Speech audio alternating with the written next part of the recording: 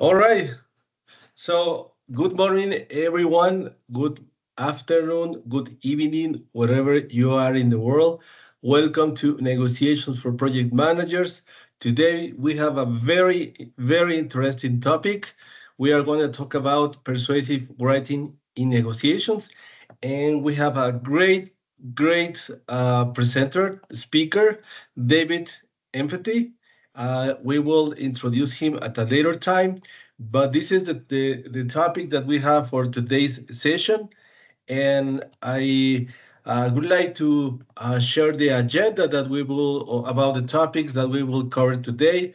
The first thing that we have Robinson, who will do the welcoming to everybody and will share a little bit about negotiations for project managers and our team. And then David will talk about persuasive writing in negotiations. We will go through a Q&A sessions. And finally, Robinson will do announcement of what we have in our radar and what's coming for ahead. Okay? So, Robinson, welcome to our show. And please, the ball is on your side, my friend. Thank you, Misael.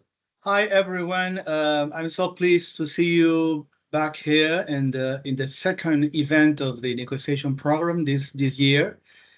I would like to thank Mr. David Empathy for being so kind to join us and be the speaker in this very important topic, persuasive rating, which is one of the components of a negotiation, right? Because everything starts with some writing, and if you achieve to get this writing to be persuasive, then you have a high percentage of success in the negotiation.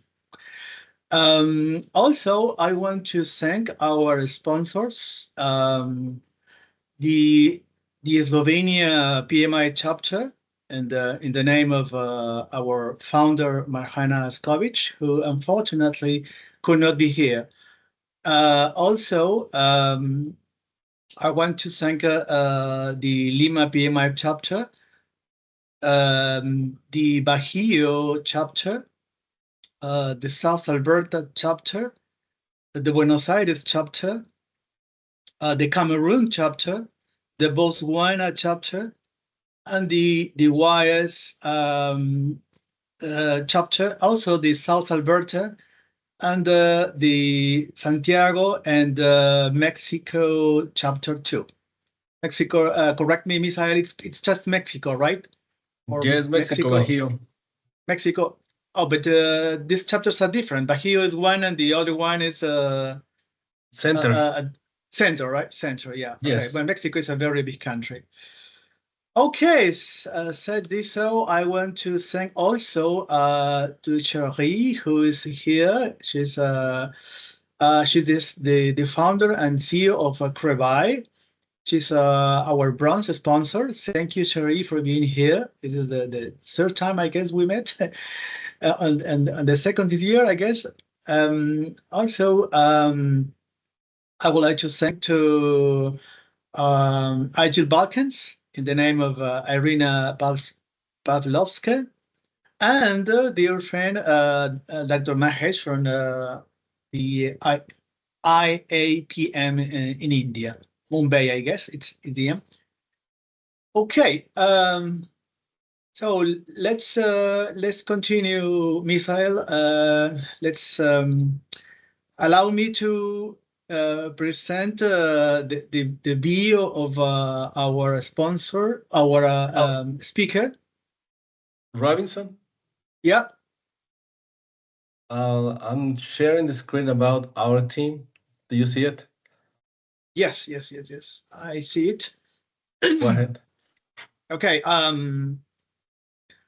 Well, we have Bisal Marhana, and you already know me, and Misael too. Misael took the lead because we are a flat team. There are no bosses. Everybody takes the lead when it's needed. And I will start from the left to right, okay, clockwise. Ivan Benavides, our dear friend, we met him back in the pandemic and the English Academy. That was a very successful program. He's been working and collaborating with the team over 5 years ago. I don't know how we still survive.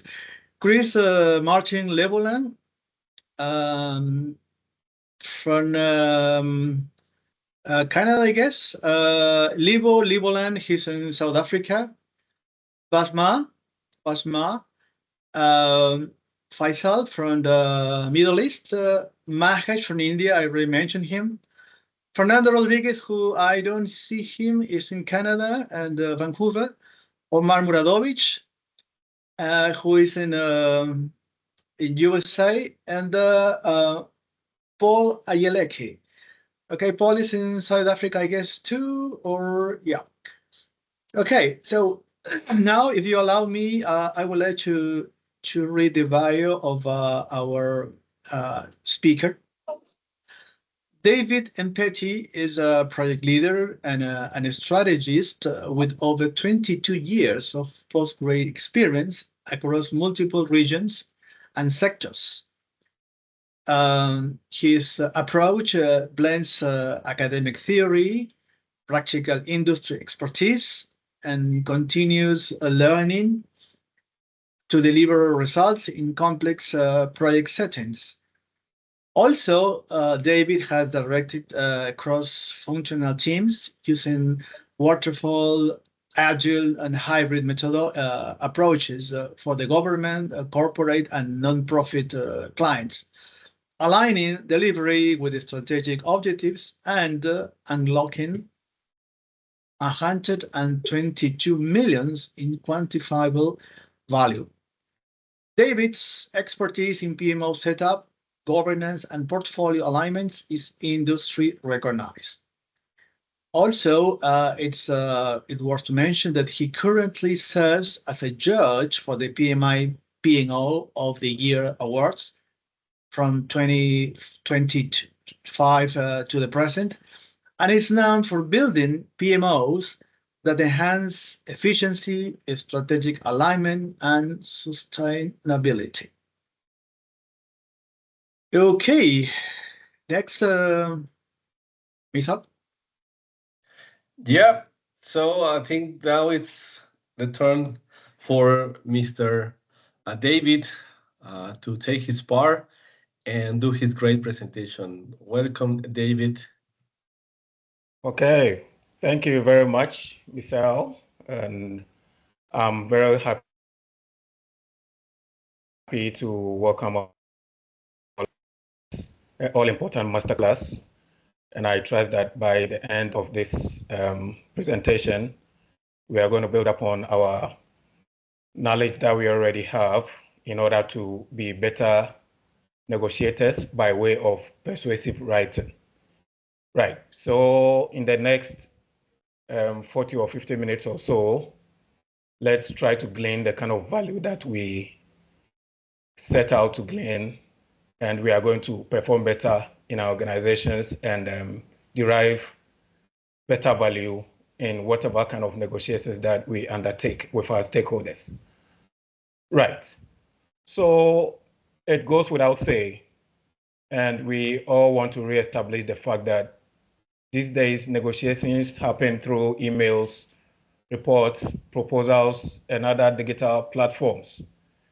And more especially, we've come to see the intensity of this right after COVID, okay? I mean, when COVID set in, there has been the need, and it's become practical for people to deal with other stakeholders through digital platforms. So we are doing a lot of digital communication. We are doing a lot of email communication. We are doing a lot of writing through proposals, memoranda, and all of that. So it is obvious, and I believe all of us agree that we do a lot of stuff by not meeting other stakeholders in person, okay? A large chunk of our our activities with other proposals, our business activities are now actually not in person. So scaling it down to negotiations, which is a very crucial soft skill that every project manager actually needs and requires to deploy, we trickle it down to what we call persuasive writing, which we might already be aware. So now we need to upscale what we already know in order to heighten the ways that we try to convince our stakeholders, we try to come to agreements at par on issues with stakeholders, whether they are within our organizations or whether they are outside our organizations.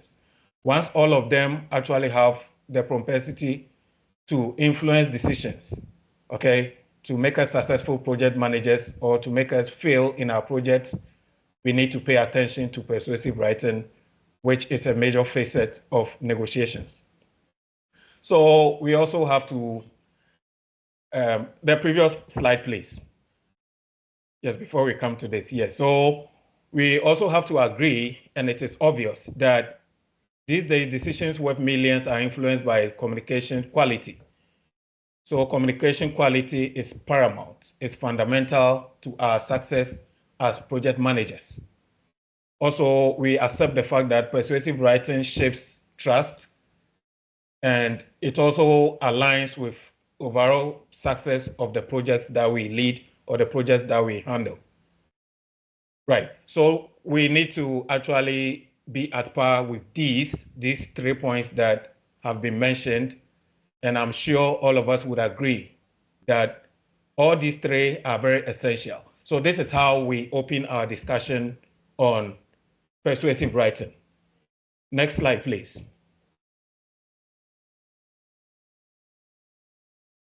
Right, so as has already been said, Negotiation for Project Managers is a global organization that seeks to help project managers master negotiation skills, and not even project managers, many other professionals apart from project managers. NEC for PM actually seeks or has the objective of helping them to master negotiation skills worldwide. And this is in line with the fact that NEC for PM actually sets out to assist project managers and other professionals to derive higher value and also to align our activities with the strategic objectives of the organizations we work for. Right. So NEC for PM's focus areas are stakeholder negotiation, emotional quotient, cultural quotient, other kinds of quotient that we will look at. And we also hinge on conflict resolution and other soft skills, of which negotiation is part. Next slide, please. So now let's look at the 4 objectives of this session. Okay, so first, under this, we are going to understand that persuasive writing in negotiation, what we are going to know what it is actually about. And we are also going to see how to apply persuasive communication techniques. Thirdly, we are going to see how we can recognize emotional, cultural, political, and religious intelligence. And finally, how to also build globally adaptable communication competence in order for us to be successful as project managers and even as other professionals within our respective industries. So let's take note of these objectives. Let's have them in mind. And we are going to be guided by these objectives as we go through the content of this masterclass. Next slide, please. Right, so now let's consider why persuasive writing actually matters in negotiation, okay? So here we also have 4 reasons why persuasive writing actually matters. The first reason is that it actually influences ethically. Secondly, it builds trust. Thirdly, it supports approvals. And finally, it prevents escalation. Now, what do we mean when we say it influences ethically? So persuasive writing actually drives decisions through principled and well-structured arguments. So our arguments, our principles, the things we put across should be well structured in a way that can convince the other stakeholder that we are having the communication with, or the other stakeholder that we are writing to, in the particular sense of how we've narrowed down this masterclass. Secondly, under building trust, we realize that it fosters collaboration and long-term stakeholder relationships. So all the projects that we handle, the relationships that we build, we don't set out to build a one-off or a one-time relationship. The objective is to build a kind of relationship that is long-term, okay? So we set out to build a long-term relationship, because the longer it is, the higher the value we get from whatever we set out to do, whether it's in our projects or if we have any other objective. So this is going to foster collaboration, and we are going to deliver better value in whatever we do.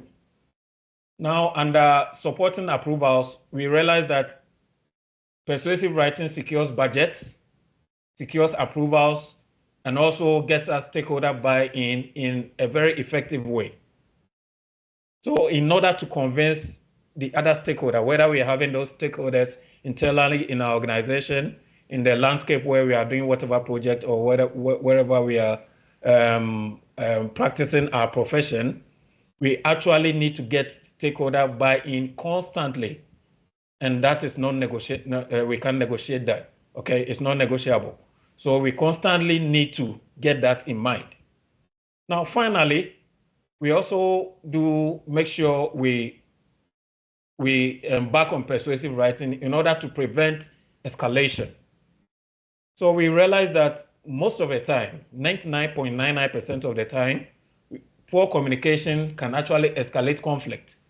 And to make matters worse, we realize that it mostly damages relationships. And you don't want to damage your relationship with a stakeholder that you want to be dealing with, especially in the long term. Nobody ever wants to do that. No project manager ever wants to have that as an objective. Other than that, you no longer be a project manager, or you no longer be that kind of professional that you refer yourself to as you are.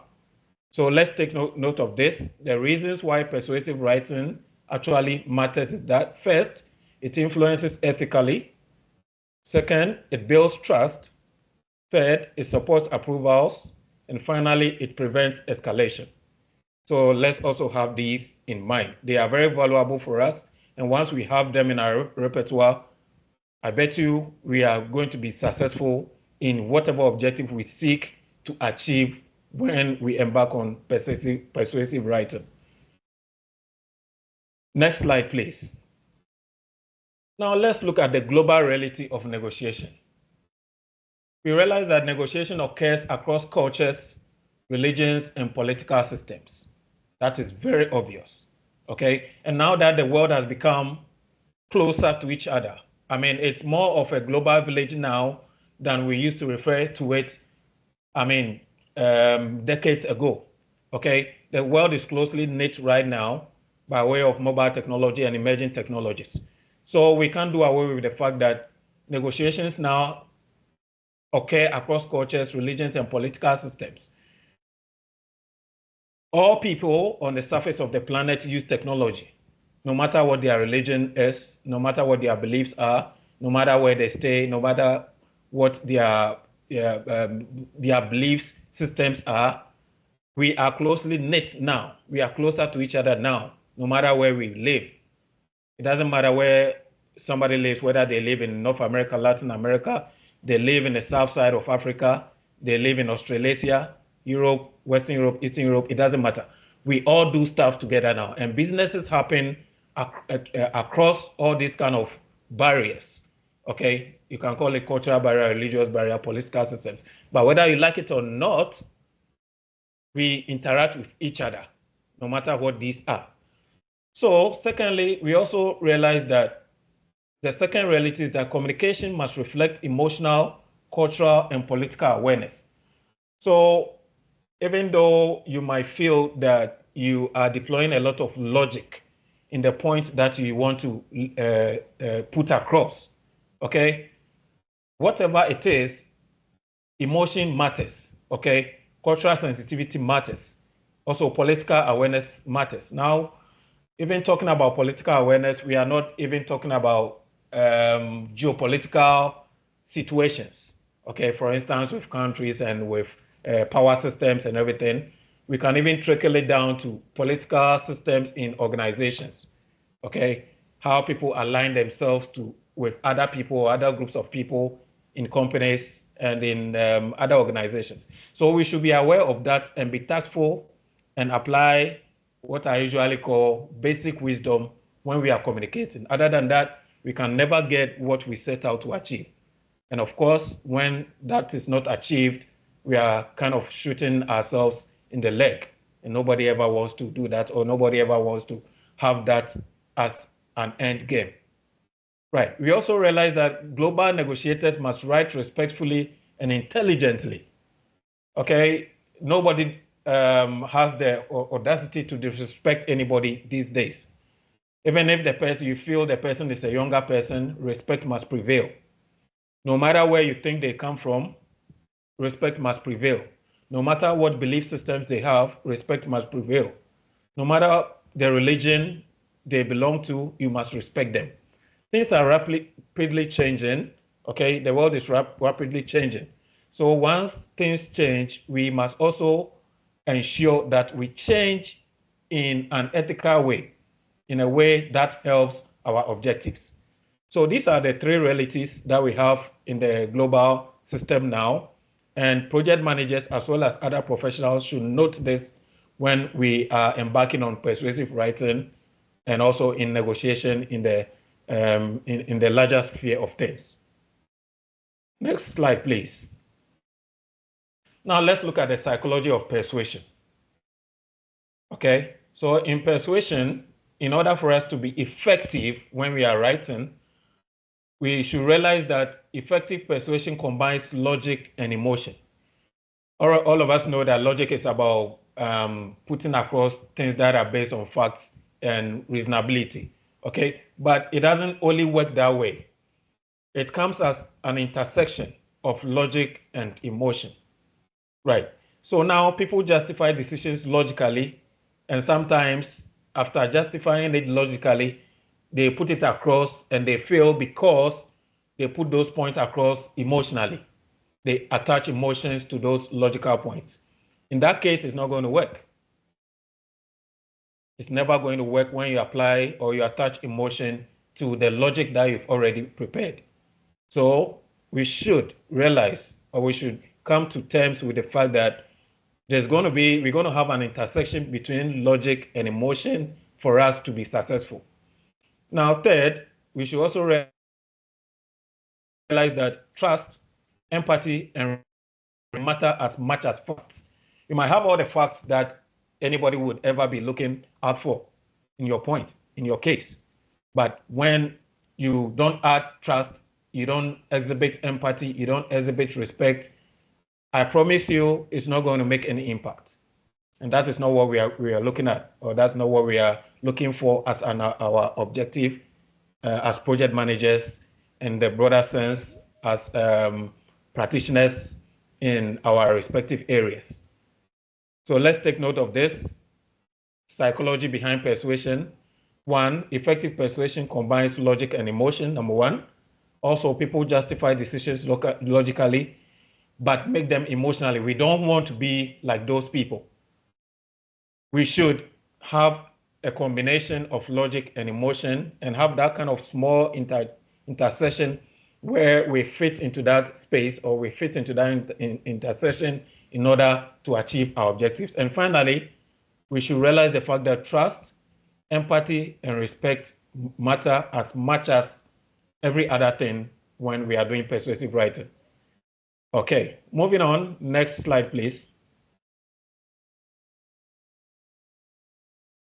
So now, at this point, let's look at the 7 core principles of persuasive writing. The first is clarity. Second, we have credibility.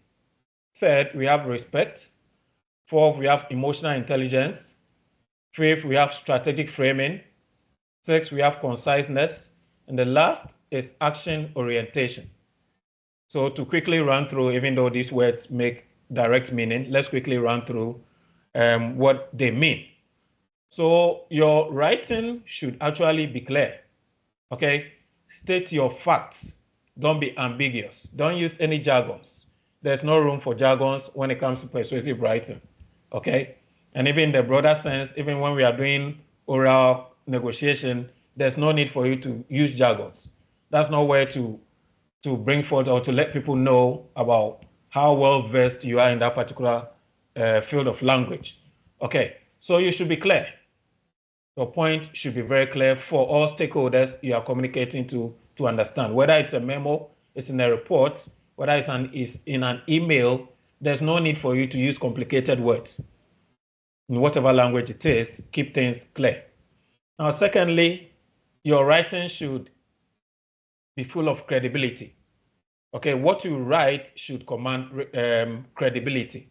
Okay, so your points the points that you want to put across should be based on credible evidence or credible pieces of activities that have happened. Don't try to push through things that don't have credibility. Don't rely on subtle lies, okay, or what we call little lies. Okay, be credible. You should position yourself and be seen as somebody with high integrity. Your integrity should be at the highest level. And once that is done, whichever stakeholder that you are dealing with, even though they might not express it for you to know, some might want to hide it deep down within their heads, deep down within their minds, then they would realize that you are credible, and that credibility can carry you along for a very long time in order for you to realize higher value, and also for you to constantly align whatever you want to achieve with the strategic goals of whatever organization that you represent. Thirdly, you should always respect whoever you are dealing with.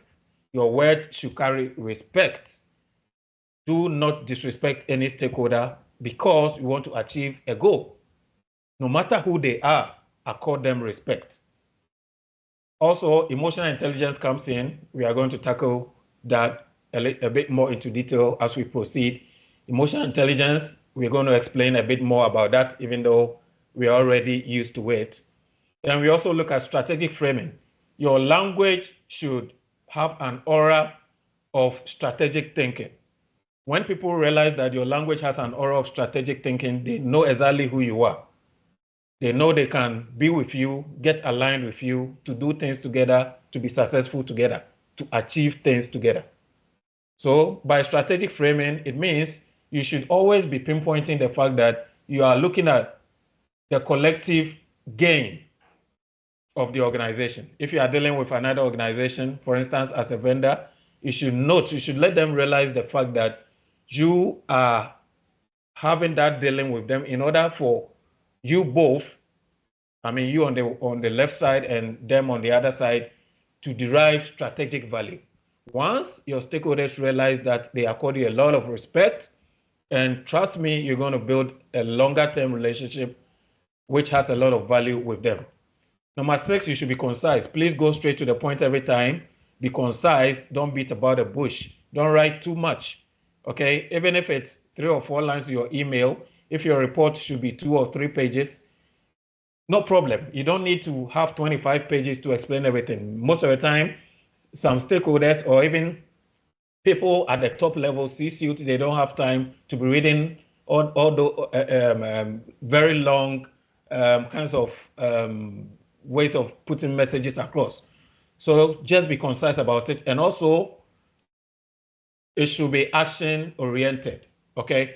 So after explaining whatever you want to explain, after trying to convince whoever it is, there should be a line which shows the action that you intend to take. Okay.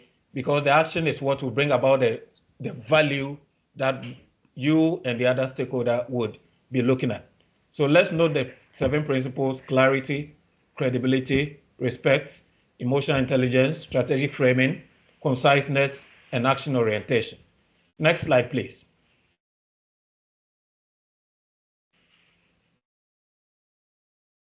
Now, tone. I always like this side of this topic. Tone, the power of tone. Now we all know what tone is, okay? So we realize that tone communicates respect, empathy, and professionalism. The same message that you set out to put across can create conflict or collaboration depending on your tone. Okay, so the tone of your wedding can actually create a lot of change. It can be a game changer. So in negotiation, tone matters as much as consent. So for instance, in a basic setting, in a family system, for instance, I mean, when partners communicate with each other using a more humane tone, a more toned down kind of communication, we realize that things are done, conflicts are resolved. But when shouting and uptones, I mean, get common in such communications, we realize that it keeps people flared. And you don't want your stakeholder or your partner to be flared up.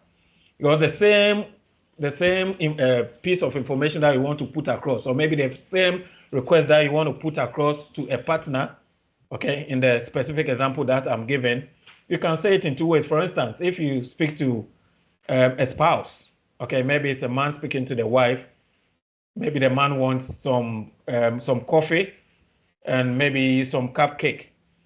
Okay, the husband can choose to go like, give me coffee and cupcake. Okay, as opposed to an alternative which can go like, can you please give me coffee and a cupcake? So these two, it is obvious which one will work. And it's obvious which one can actually create results even faster, okay? So definitely the one that was said with a respectful and calm tone, that's the trick. It does the magic. So much the same way, we are going to have that when we are doing persuasive writing in our memos, in our emails, in our any form of communication that involves writing, persuasive writing. So let's note that. So we note that your tone is your first avenue of negotiation. We cannot do away with this. Tone matters. When your tone is good, it gives people the clear impression that you respect them. And people need to feel respected before they even open up to you for any kind of negotiation. Right. Next slide, please. Right. So now we are going to look at 4 areas of intelligence that we need to have. Okay. We need to cultivate in us as negotiators. Okay. So first, we are going to look at emotional intelligence. Okay. We also have cultural intelligence. We have religious intelligence, which are more critical when it comes to negotiation. So let's focus in no particular order on the kinds of intelligence that we need to deploy. Okay, so first, under emotional intelligence, we are looking at self-awareness. So already we know what emotional intelligence is, but let's dive a bit deeper into it. So self-awareness, we know, is about knowing who you are.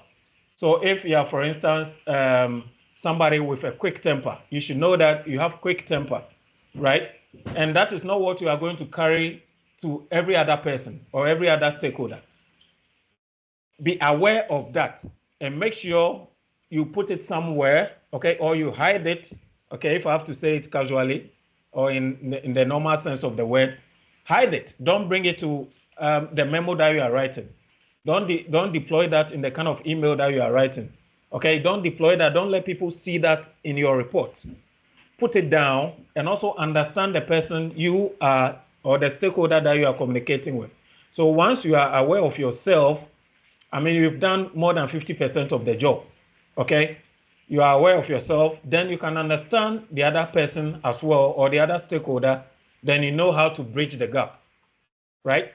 So we also need to have self-regulation. Under self-regulation, we have to avoid reactive communication during conflict resolutions. We don't have to be reactive on the spot. We don't need to be too spontaneous. Sometimes we need to pause a little and think much longer about the things we want to put across before we write them. Okay, so that is self-regulation. Then we also have strategic response. So your response should be strategic, as I mentioned in the last few slides. It should be strategic for people to know that you know what you are about. Right. Now let's go to the next facet of intelligence that we require. The next slide, please. Cultural intelligence, very important. So we've already discussed the fact that different cultures interpret communication differently. Okay, so knowing that, we should respect people's cultures, okay, because they might interpret the things that might be normal in where you live. Okay, if you come from North America, I mean, your culture is different from what people have in Eastern Europe. It might be different from what people have in the Caribbean, different from what people have in Latin America. So it will be up for you, it will be a good move for you to know who you'll be dealing with. Whom are you writing to? Okay, whom are you sending the memo to? Know them, know where they come from, learn about their beliefs, okay? And you should be quick about it. Learn about their beliefs, even if the time is not so, you don't have so much time, you can quickly Google about them, then have a fair idea of who they are. Then you know how to position yourself in front of them to communicate with them effectively without hurting them, okay? Or without touching negatively on their sensibilities, okay? So we should also respect hierarchy, context, and communication style. So in your organization, you need to respect hierarchy. Don't talk to or don't communicate or write anything anyhow in an email to just anybody. You should know the level of each person, okay, where they find themselves on the organizational chart, the hierarchy, and know how to communicate with them. It is very important. If you feel that you can go scot-free by shouting on a janitor, okay, which I'm not recommending, okay, you should be positioned enough and you should be smart enough to know that you cannot have that same attitude on your line manager, on somebody at the C-suite level that you are writing a memo to, on your general manager, okay? So realizing all these things come as things that nobody even needs to tell us. We can learn them and have them on our fingertips and apply them naturally. Once we practice it, they will come naturally and we will know exactly what to do. Also, avoid stereotypes and culturally insensitive language. So know who you are dealing with, know the kind of language that will hurt them, and please avoid using them. Next slide, please. Now we come to political intelligence. As I mentioned earlier, political intelligence doesn't necessarily have to be the kind of political landscape, doesn't have to be about the kind of political landscape we have in the world. No, it can also be about the kind of political environment that we have in our organization, the kind of political environment we have in the landscape that we are delivering the project, okay? The people we have, the stakeholders that we have, okay? You should be aware that when it comes to politics, it is everywhere. It is in organizations, people get aligned with people, and people, you don't have to wait for people to tell you why they get aligned with other people. You cannot do anything about it. But what you can rather do is that you recognize this by way of organizational power, executive priorities, and also stakeholder ecosystem. So under organizational power, you have to realize that organizational power dynamics navigate effectively. You should learn that as a project manager or as any professional. You be smart about that and deploy it effectively. Also, executive priorities matter in organizations and in companies, in corporate bodies. You have to recognize that executive priorities and key stakeholder interests exist. So the way you communicate with stakeholders, you should be aware that even sometimes people are ready to say what you have not said to people in higher places, how much more the things you say. So you should be measured, you should be circumspect, apply aptitude, apply, common sense, allow me to use that in whatever you do. And you'll be amazed at the kind of results that you would achieve when you are doing persuasive writing. You should also be aware of the stakeholder ecosystem. So in the stakeholder ecosystem, no matter what professional field it is, apart from project management, whether it's in the finance system, or aerospace engineering system, mechanical engineering system, food and beverages system, you should be strategic about what you write for people to know that, of course, you know exactly what you are about. Next slide, please. So finally, religious intelligence matters very well as well. Religious intelligence is very crucial. And at this time of our existence on earth, religious intelligence is something that you need to have if you need to be successful. Okay, respect every other religion, respect people's beliefs.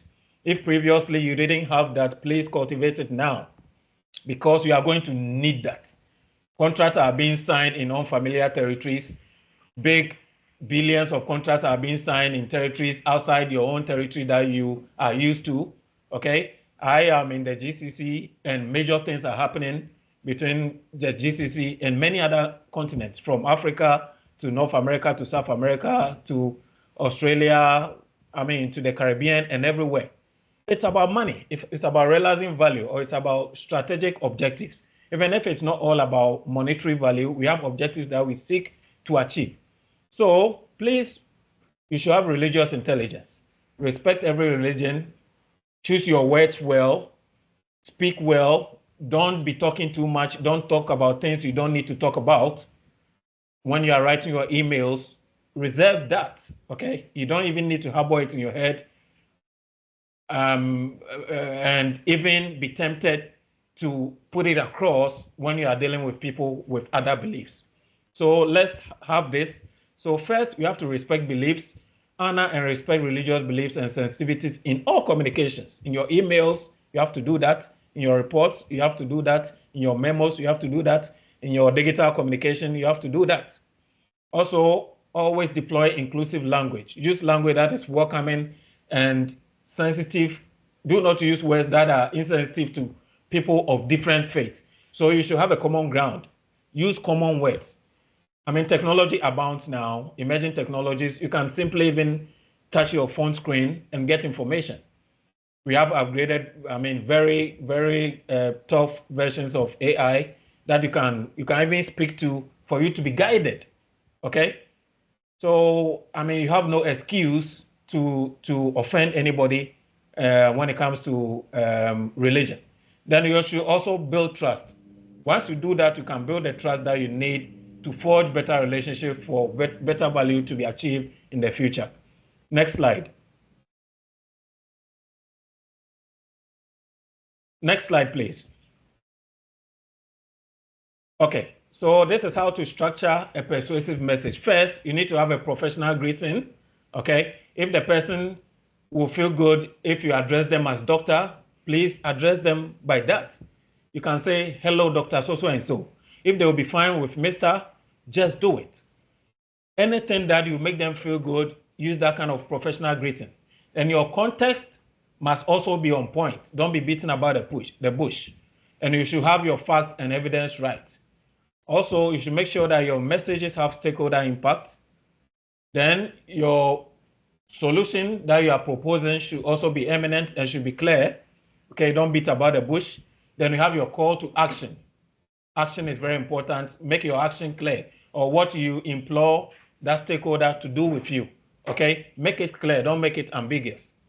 And also, you should have a professional closing.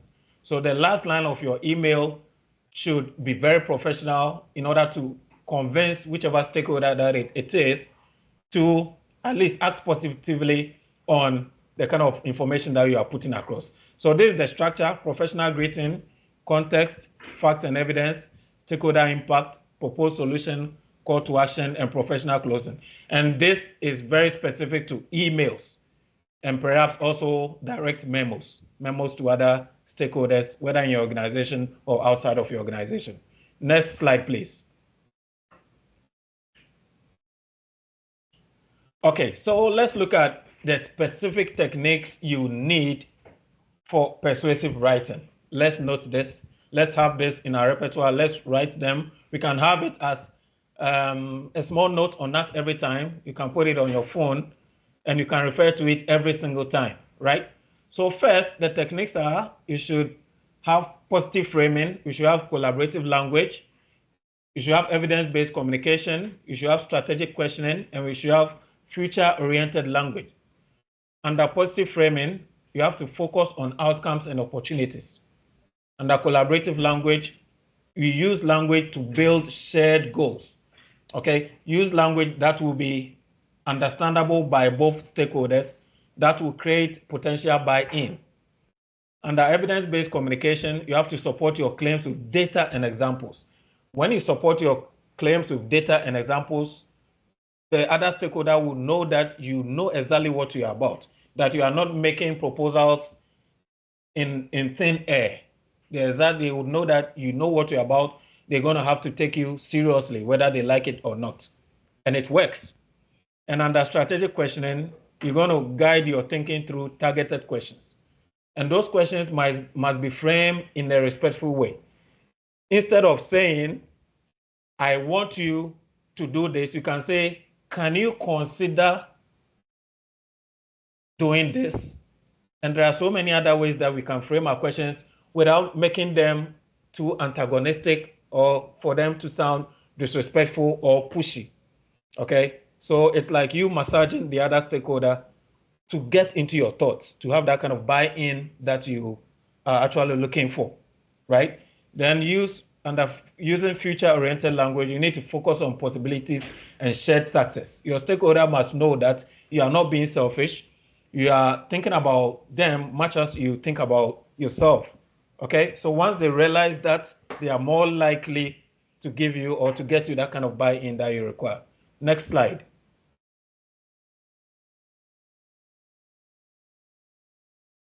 So common negotiation writing mistakes, let's take note of these as well. One, aggressive tone is a no-no. Poor structure of your mail or of your report of your memo is a no-no. Lack of evidence in the points you present, no-no. Emotional reactions is a no-no. Cultural insensitivity, no, no, no, no. And I can also mention religious insensitivity. I think they go hand in hand. It's a no-no. And do not overpromise. Be real. Be seen as somebody with good integrity. You don't need to have a tone. You don't need to be seen as having a tone of lies in your writing. Be straightforward. Be truthful. Adopt ethics. Be very ethical in your writing. So don't make these mistakes. I'll go through again. Don't have an aggressive tone. Don't let it have a poor structure. Don't write it without evidence. Emotional reactions, no. Cultural insensitivity, no. Overpromising, no. So let's take note of these 6 mistakes so that we don't fall into those traps. Next slide, please. So when you are writing, when there's a crisis, you also always need to maintain calm and clarity in your communications, okay? Because when there's crisis, there's a lot of tension. People are boiling up. I mean, people are rushing to do things. People might not understand what is really happening. So that's why you need to maintain calm as a writer, and a persuasive writer at that, to make sure you explain things. And you can only begin doing that by remaining calm from the onset, okay? Also reduce tension and actively protect relationships. One single word from you can damage a relationship that has been forged many years or that has been built many years, and it can also halt relationships that are potentially capable of being built running into the future. Right. So leadership communication formula is be calm, have clarity, have respect, and have direction. So let's take note of this as well. Next slide. So let me give you some tips on email best practices. First, you need to be clear and concise. You need to have your facts and solutions right. Don't use emotional language, and review your email before sending.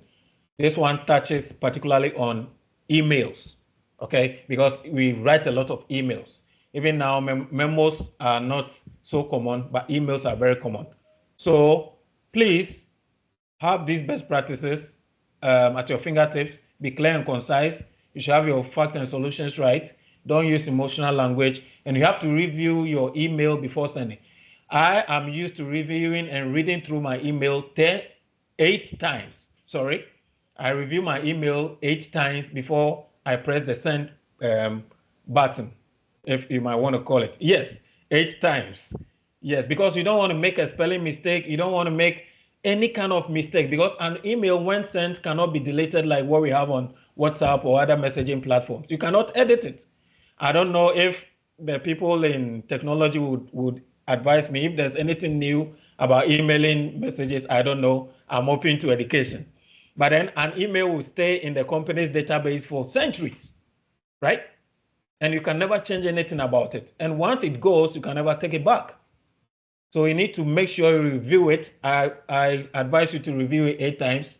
Please take this from me. Review it 8 times, no matter how fast you want it to go before you send. Run the check across all the things that the principles and all the things that we've considered, and make sure it is the best kind of email to get you stakeholder buy-in before you press the send button. All right, next slide, please.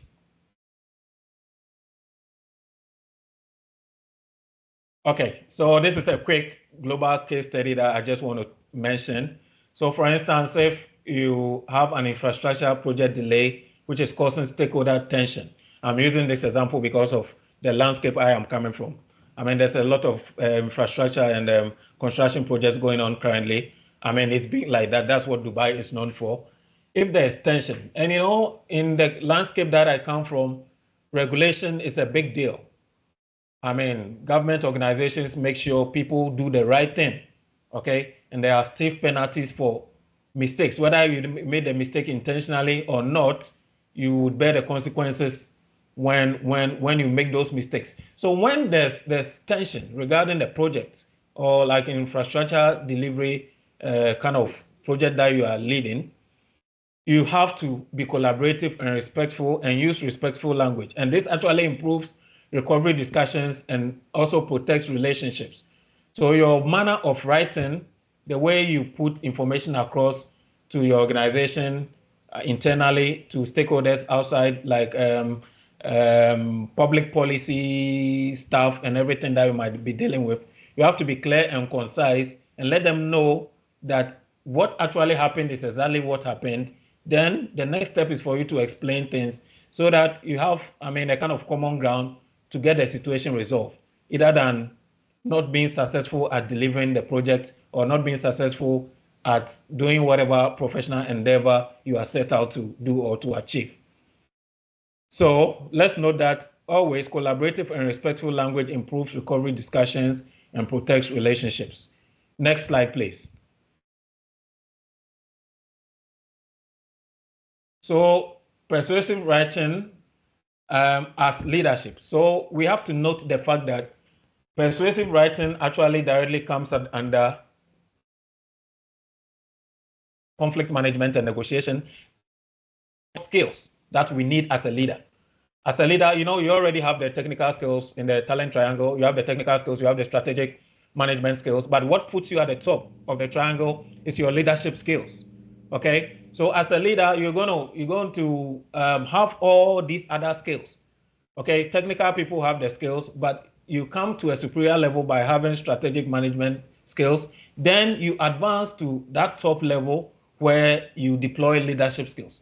And persuasive writing is a critical soft skill that you need as a project leader, or as a matter of fact, as any other professional at that C-suite level or at that top level. So nobody has to downplay persuasive writing. Okay, there's a lot of conversation going on lately about negotiation, and special attention is being given to persuasive writing, which I believe is apt. From my professional practice, I think it's very credible. It solves problems, it avoids problems, it creates higher stakeholder value, it creates higher strategic realization and all of that. So we should note it. So modern leaders influence through communication credibility, and you should have it. Also, leadership requires ethical and strategic communication, elements of which we've considered. Persuasive writing is a core leadership competency.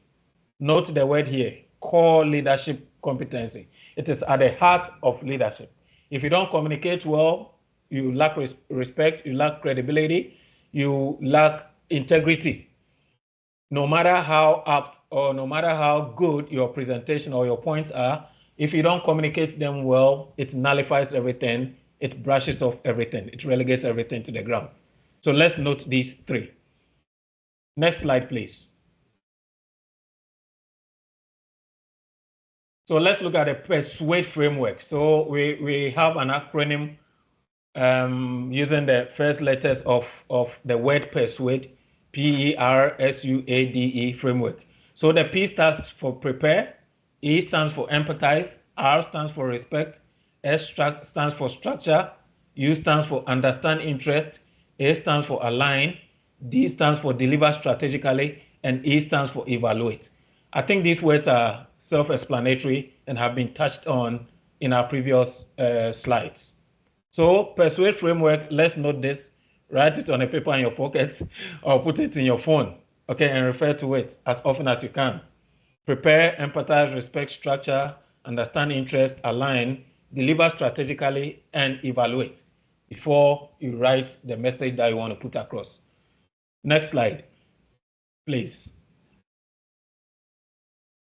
So negotiation actually must be in the heart, okay? It must be in the heart of you as a C-suite executive, as a manager, as a professional, as a project leader, okay? So when we are exercising negotiation or when we are doing negotiation, we should have a combination, okay, of emotions, pressures, and expectations. And emotions is what you have to put at the minimal level.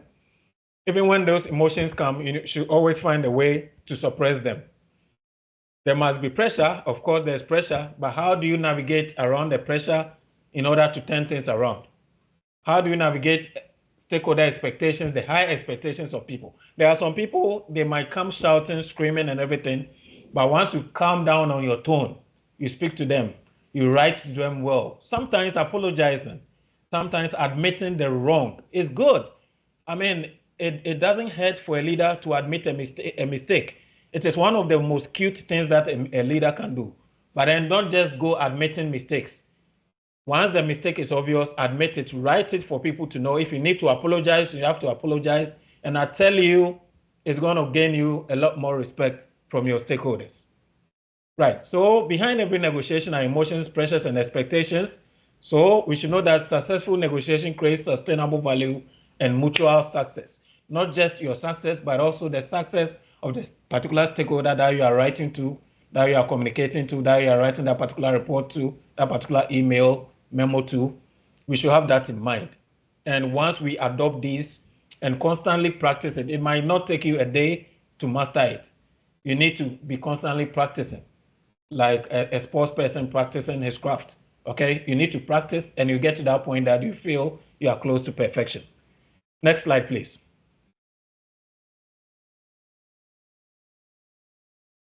Okay, so let's have our key takeaways. One, persuasive writing is a strategic negotiation tool. Number two, tone affects stakeholder relationships. Number three, emotional and cultural intelligence actually matter greatly. Four, ethical influence strengthens leadership. So let's take note of these takeaways out of this session. Next slide. Right, so as our final reflection for this masterclass, we should note, and please also write it, have it on your phone, look at it every day when you go to your office, when you go to that project site. We should note that the future belongs to professionals who combine competence with communication wisdom, emotional intelligence, and ethical influence. Once we have this in mind, I promise you it has worked, and this is backed by data. This is backed by evidence. It has worked for many people to be successful, to maintain relationships, and to heighten stakeholder value, and also to heighten strategic value. So thank you very much for your time, and I think it's been an interesting session. I'll pause here, and I think Michelle will continue with the Q&A session. Thank you very much once again. Wow. What a great masterclass, David. It was amazing. I have been in IT industry working as technology service provider, and I have been using a lot of communication stuff and talking to customers in different regions. But definitely, this is the part that it was missing in my communication, as part of my communication skills in my repertoire, as you said. And I also used a lot, pretty much AI. So with this knowledge, I can lead AI to have a better persuasive messages. So now I would like to thank you for a great presentation, and I would like to move on to Q&A and leave the mic open for anyone who wants to ask, comment about what we just saw in the masterclass. And please, everybody, you are feel free to unmute and ask your questions to David.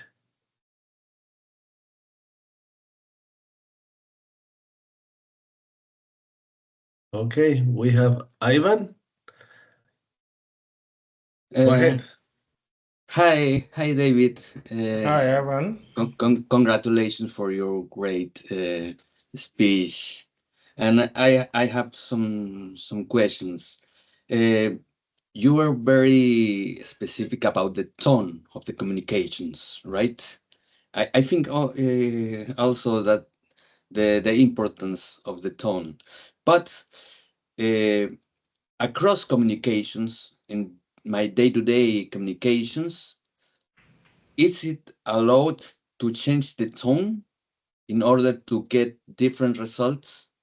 Sometimes I want to get the other part to action, and maybe I want the other part to think about something,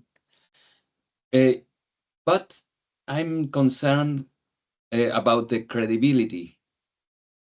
If I change tones, it will affect my credibility as a leader, as a manager. Okay, thank you very much. And I think it's a great question. Right, so to go straight to answer this question, we have what we call tone variability, okay? Or some people call it tone variation, okay? So in tone variation, it is allowed. So the answer is allowed. But what is not allowed is it having an aura or an element of disrespect.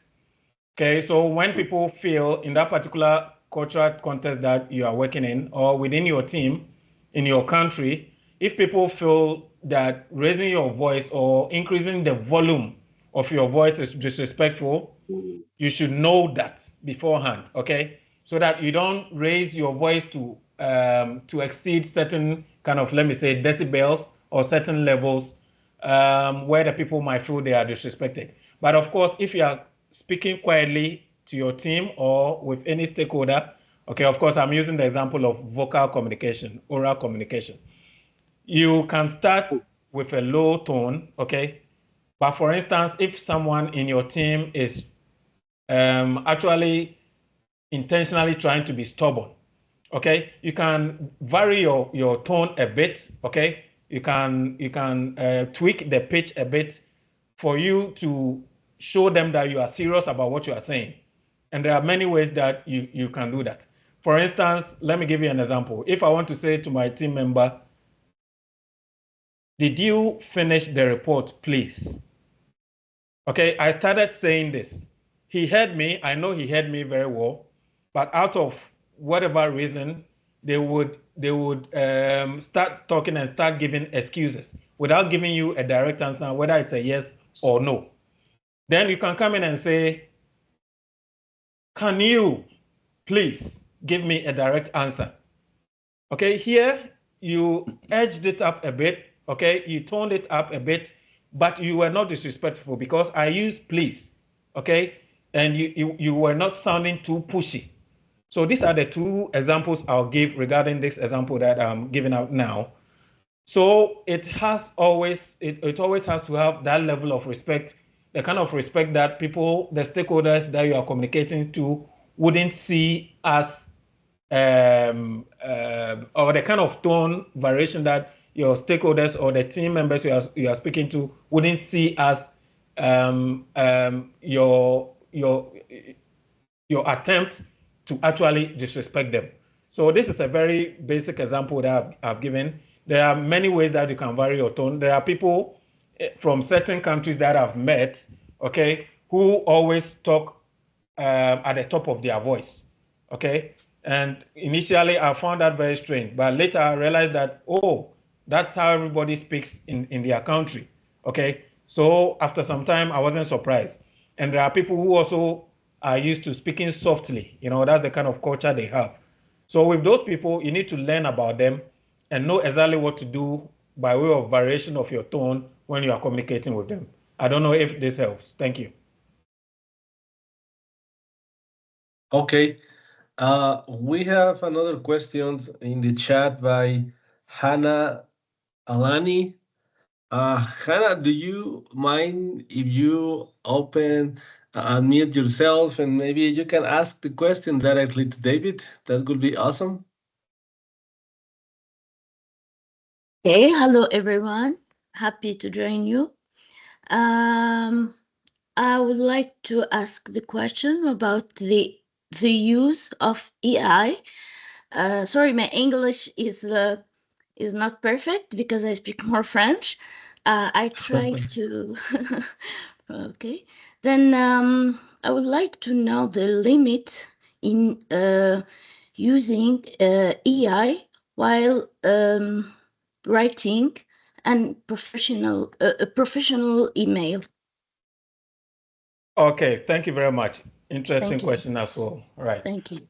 So as you already know, the thing about AI is full of algorithms. Okay, they are algorithms that have been built to solve problems of humans. I mean, by robots. Okay, so the inputs that we provide, okay, to whatever AI that you are using, whether it's Claude or whether it's ChatGPT or any other ones, okay, whether you are trying to use a software to write your mail, to write a report, okay, what actually matters here is that you are feeding those particular robots certain pieces of information to give you feedback. So more often than not, the information that you feed the bots is what the bots actually rely on the information you give them to provide you information. So for instance, to go straight to the point, when you are trying to write an email, you need to instruct the particular bot, the AI, that you need to inculcate all these things that we've learned today. Okay, all the principles that we've learned today. You can have a summary in your first line of your prompt that you want your message to have this kind of tone to ensure that these 7 principles, you don't want to make the mistakes of like the no-nos of email writing and all of that. Once we tell the bots that, they note it. They are more or less closer to humans now. They're able to note it in a kind of emotional way, and they will make sure the email they provide you back doesn't have any of those elements. So as a matter of fact, you are going to use what we've learned today. You can choose to summarize it in 4 or 5 lines, or maybe 6, 7 lines if you want, when you decide to use AI as your first sentence, okay? The kind of prompt that you give it. Once that comes in your initial lines, okay, then your next lines are going to be the content that you want to put across. So you realize that AI, depending on how powerful it is, okay, is going to give you a kind of output that will reflect what you intentionally want to achieve based on what we've studied in this masterclass. But don't send email messages directly from your AI output. You need to go through, like I said, so in this case, maybe you have to go through 16 times instead of 8. I'm just kidding. Then you need to check it again, add that human factor. Every time you have an output from AI, please go through again. Take time to go through to make sure it reflects your thinking. If it doesn't, then you might need to tweak it to fit exactly what you want to put across. I don't know if this helps or you want further clarification. Thank you. Thank you. Very clear. Thank you very much, David. Thank you. Awesome. Okay. Now I see Sherry has another question. Sherry, go ahead, please. So first, David, congratulations on a really fantastic presentation. I enjoyed that very much, and I think it will be super helpful. I wanted to go back. I was very happy to see that you talked about the emotional intelligence and how important that is. And I'm wondering how you think about the role of the writer's emotions. And the reason that I asked, I think you used the word suppress when talking about your own emotions. And I'm guessing that you're talking about, like, if I'm frustrated or if I'm angry, or, you know, if there's something that I don't want to communicate through my message, I definitely need to pay attention to that. But we want the audience to know that we understand and care about what they care about, and being authentic about my own emotions is a powerful way to connect with other people and to help establish that trust that we want. So how do you think about that? Do you let a little bit of your own empathy or your own care come through in those messages, and how do you balance that? Okay, thank you very much. Yes, so I think there's also an important question. So the main objective of EQ, emotional quotient, or EI, if you want to put it, is for you and the other stakeholder to have a common ground for understanding and value realization. Okay, so you are aware of who you are, what your emotions are. You know, sometimes we get some additional emotions based on the issue at hand, which can make our innate emotions, the already existing innate emotions, to flare, or have the probability to flare up or to go high, to put it simply.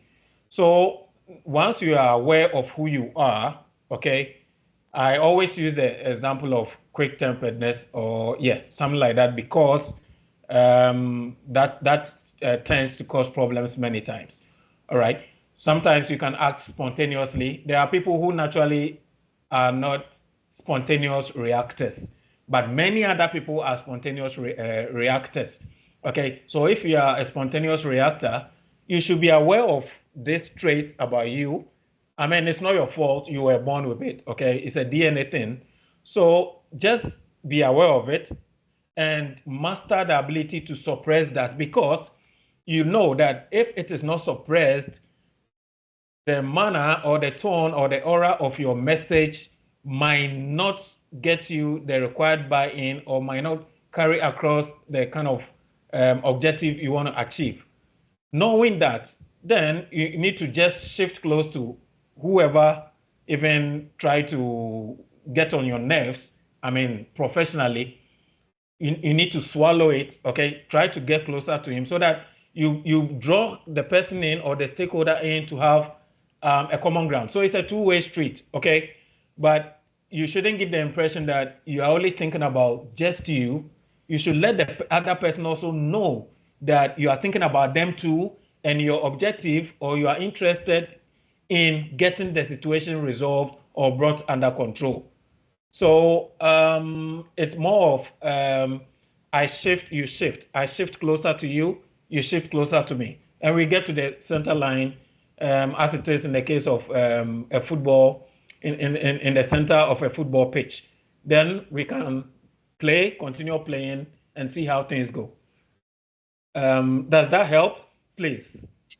It does. It sounds like it's more a matter of, not necessarily being a robot, but making it more about them than about yourself. Perfectly. So even though you might think you are right, okay, let them have the feeling, okay? Let them have that kind of relaxation in their hearts that you are thinking about them. It's only a strategy that works in professional spheres and in persuasive writing and negotiation. When it comes to personal lives, these ones may not apply, but they also actually apply in personal lives. But for the sake of our objective as professionals, as negotiators, as persuaders, I think we should let them have a feeling that we think more about them than us. And I think it's going to create a lot of value for us. Yes. That makes sense. Okay, thank you. And I'm trying to figure out how to get my hand down, but if I don't, it's not because I have another question, it's because I can't run my phone. So thank you very much. I appreciate that. Awesome. Okay, Michelle. Okay, take it from there. Yeah, please. So I think that we already exceed the hour, but David, if you don't mind, I think we could take the last question probably, and because I think this topic is so very interesting, and we could spend even more time. But if you don't mind, we'll allow one more question, and then we do the wrap up of this session. Okay, so let me see the next question. Livo, I think you have a question, right? Livo? Yes, Misa. I will take it. Thanks, David, for this quite awesome presentation. But just one question. If we look at strategic use of emotional appeals, such as a vivid way of storytelling, how can we look at that and showing that how does it affect the persuasive argument by the presenter? Okay, so okay, are you done, please? Yes, sure, go for it. Okay, good. Right. So storytelling, I mean, is basically, we all know about the narrative, what you want to write, building a point from point A to point Z, and making sure, I mean, at the end of everything, there's a conclusion that talks about the actionables and everything. So I think we always have to refer first to the 7 core principles that were mentioned. So in your storytelling, you are telling a story to someone. You should never assume that the person understands what you want to put across, even though they might know the background. Sure. Okay. So one, it should have clarity, and by clarity, as we already mentioned, I mean, it should be clear. Once what you are writing is clear, right, the other person, the other stakeholder that you are telling the story to, doesn't have any difficulty as much, or it has minimal difficulty in understanding what you're trying to put across in your story. Okay, then it also has to be credible. I mean, you are not going to beat about the bush. You are not going to mention things that are not seen as facts. Okay, so you need to be credible in whatever you are writing, whatever story you're telling, and it should have a very high aura of respect. Okay, the atmosphere should be respectful. You are not going to attack people based on your emotions. Okay, you should respect them. And of course, emotional intelligence, which is the 4th principle here, comes in, right? I just discussed the question on emotional intelligence. So in a setting like this, as a project manager, where you want to achieve what you want, okay, you should act as, I mean, this other humble guy on the side. It doesn't really happen in real life situations, but in professional situations, it happens. Deploy your emotional intelligence and be cool, have a common ground for understanding with your stakeholder by understanding yourself and understanding them too. Then the strategic framing should also come to play. Whatever topic you are dealing with, whatever subject you are dealing with, whatever issue you are dealing with, it should be geared towards a strategic objective. It should be framed along the strategy of whether it's your organization or whichever organization you are dealing with. That strategic aura should also come to play, and people will take you serious. Then you should be concise. Go straight to the point. No long sentences, no long stories, no long precedents. Okay, just go straight to the point in order to not to waste people's time. People don't have too much time to be reading bulky documents, especially in cases where you are writing a memo or an email. Keep it concise, keep it short. Then also, your actions that you recommend at the end of your story should make, quote unquote, excuse me to use this, they should make sense. And you should let the person you are communicating to, the stakeholder you are communicating with, understand, or let them know that you already have proposed solutions for whatever you are talking about. So once they have the proposed solutions, they'll be able to take their time, even right after the message, to think about it in a positive way for them to come back to you. And you'll be sure that their response more often than not, will cross the 50+ line, and you're going to have common ground to create value together and to build good relationships ahead. Awesome. Thank you. Thank you very Back much. to you, Misa. Okay, thank you very much to all of you. It has been a great session, Q&A, great questions, very interesting. We could spend more time. I do have questions too, but let's move on to the next part. Well, I like to do one thing. I know, Sherry, you have been pretty much engaged with negotiations for project managers, and you have a great relationship with Marjana also and with our team. So I'd like you to share with us some comments about your thoughts on this topic that we shared today and how important this will be for project professionals.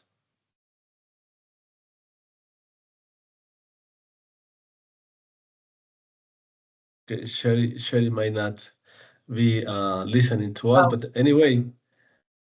No, I had forgotten to take myself off mute. Can you hear me okay? Yeah, I can hear you now. Okay. So this is a really important topic, and it's something that comes up all the time. Almost everything that project managers do is trying to convince other people to do stuff. And so even if you are not writing a presentation or have a formal request for people, the bits and pieces of what David presented can be applied over and over again in just emails, in your conversations with people, because these are core concepts, right? We need to manage our emotions. We need to understand the other person's point of view and allow for their autonomy and respect that. So many of the things that David talked about can be applied in miniature throughout a project manager's day. And so I think it's a fantastic topic, and I plan to share this with my community, and then I plan to also pull down the presentation and kind of pick it apart and take a look at some of the concepts, David, that you presented, because I just think it'll be so helpful. Awesome. Okay, and you have David. You can talk to him further about this topic. He's expert in this area. So I know everyone in our community, your community, will be benefited from this topic. Thank you, Sherry, for sharing your thoughts. And Robinson, I'll pass the ball to you to do the wrap up of this event, please. Thank you, Miss. Thank you, Sherry, for taking some minutes to compliment David's excellent masterclass.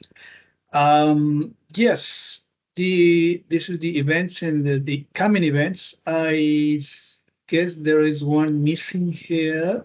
Misael, I guess we have an event next June. It's called Management with AI, or is that something apart? I don't know if we missed that. Influencing better decisions. I have it scheduled for June 4th. Anyway, but let's go to what we have and here. It's a body language analysis. I don't know if some of you remember our dear friend Joe Murphy. We had him a couple of times in the event. We learned a lot from him. He's an expert in that field. It's August 26th. Oh, the other one is, but that's in September, the one with the lead number, right? So, okay. So, can we go to the other one, please? Mr. Yeah.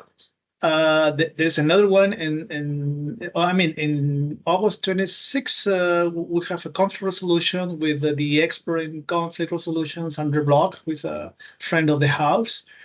Then we have the other one, the effective communication with executive scheduled for September 26th. And then we have the one before, it's a strategic negotiation masterclass at Global Project Management, September 19th. Also, third B-Day Empowering Project from Texas, October 26th, and Negotiation 101 Training, November 26th. As you know, sometimes some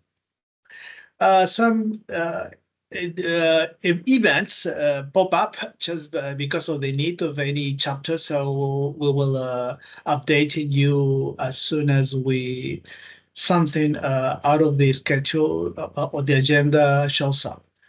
Okay. Again, our gratitude.